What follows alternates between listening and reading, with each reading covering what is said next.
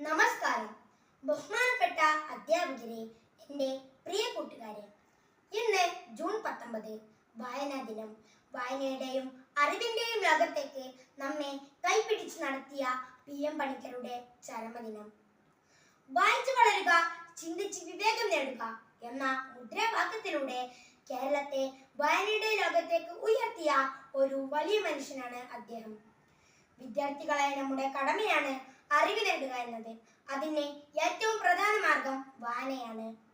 നമുക്കും പുസ്തകങ്ങളോട് ചങ്ങാത്തം കൂടി നമ്മുടെ മാനസികവും ബുദ്ധിപരവുമായ കഴിവുകൾ വികസിപ്പിക്കാം. ലോകത്തിന്റെ വെളിച്ചമാണ് പുസ്തകങ്ങൾ. ആ വെളിച്ചം കണ്ടു വേണം നമ്മൾ വളരാൻ. എന്നാൽ ഇന്ന് വായന കുറഞ്ഞു വരികയാണ്. നമ്മുടെ പുതിയ തലമുറ മൊബൈലിലും കമ്പ്യൂട്ടറിലുമായി ചുരുങ്ങിപ്പോകുന്നു. ഇന്ന് പുസ്തകങ്ങളിൽ നിന്ന് ലഭിക്കുന്ന അറിവിനേക്കാൾ കൂടുതൽ ഇന്റർനെറ്റ് തുടങ്ങി നവമാധ്യമങ്ങളിലൂടെ നമുക്ക് ലഭിക്കുന്നുണ്ടെങ്കിലും ഈ പുസ്തക വായനയിലൂടെ ലഭിക്കുന്ന ആ അനുഭൂതി ഈ നവമാധ്യമങ്ങളിലൂടെ നമുക്ക് ലഭിക്കുകയില്ല.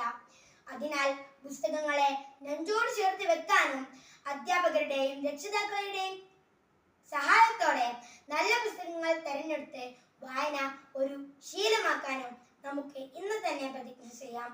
അതിന് ഏറ്റവും നല്ല ദിനം ഇന്ന് തന്നെയാണ്. എല്ലാവർക്കും വായനാ ദിന ആശംസകൾ നേർന്നുകൊണ്ട് നിർത്തുന്നു. നന്ദി, നമസ്കാരം.